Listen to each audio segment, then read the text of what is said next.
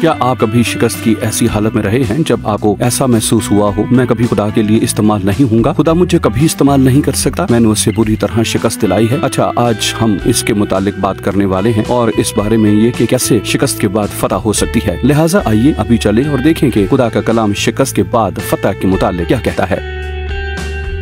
कई साल पहले मैं अपने घर में था और मुझे बहाली की जरूरत थी।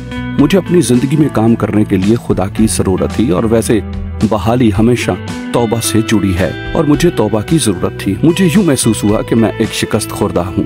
मैंने खुदा को शिकस्त दिलाई है। मैंने और मेरी बीवी ने एक अजीम बहाली का तजुर्बा किया क्योंकि खुदा ने हमें ये दिखाया कि हम अपनी अज़दवाजी जिंदगी में नाकाम रहे हैं। मैं वो शौहर नहीं था जो मुझे होना चाहिए था, वो बीवी नहीं थी जो उसे होना चाहिए थी और खुदा ने दर हकीकत गहरे तौर पर हमारे दिलों से बात की और ये इस कदर गहरा काम था और ये नहीं लगता था कि मैं फिर कभी खुदा के लिए काम करने के लिए इस्तेमाल हो पाऊंगा। मैंने सोचा, खुदावन मैंने तुझे शिकस्त दिलाई है। फिर खुदा मुझे ले गया और दिखाया कि कैसे यशुआ ने शिकस्त के बाद फतह का तजुर्बा किया। अब वो फतह क्या है? पहली चीज हमें ये मिलती है कि खुदा यशुआ से हम कलाम हुआ और वैसे आई में यशुआ नाकाम हो चुका था। वो ये बर्बादी देख चुका था, वो गड़बड़ कर चुका था, लेकिन खुदा ने उससे बात की और पहली चीज जो खुदा ने उससे ये कही थी, जो असल में खुदा ने उसे बताई, खौफ ना खा। सुनिए, खौफ में जिंदगी ना गुजारे, हौसला रखें। जब शुरू में यशुआ को बनी इस्राएल की वादा की सरजमीन में ले जाने की रहनुमाई के लिए जिम्मेदारी दी गई, खुदा उससे कह चुका था, खौफ ना खा, हरासान ना हो। लेकिन आई के बाद खुदा फिर से आता है और उसे वही चीज बताता है, खौफ ना खा।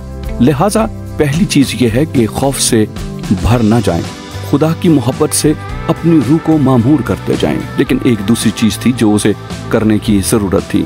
आप देखते हैं कि आई में मसला ये था कि यशुआ ने आई पर वैसे ही काबज आने की कोशिश की जैसे वो पहले काम करता रहा था और आप ये नहीं कर सकते।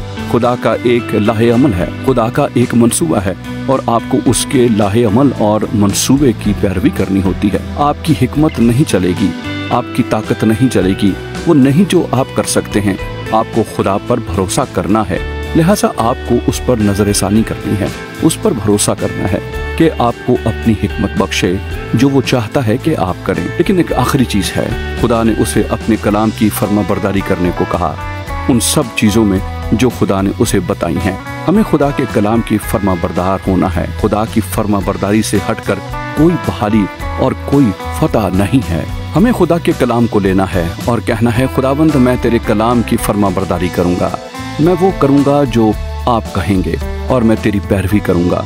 जब आप ऐसा करते हैं आप फतह की राह पर होते हैं। जी हाँ, हम में से किसी न किसी वक्त किसी न किसी को शिकस्त का तजर्बा होता है, लेकिन कलीद ये है कि शिकस्त के बाद क्या होता है। क्या आप खुदा के हुजूर अपने आप को रखेंगे कि वो आपको बहाल करे? क्या आप आएंगे और अपनी जिंदगी को तब्दीली और तौबा के मकाम पर लाएंगे और उसे अजीम और कादर काम करने देंगे?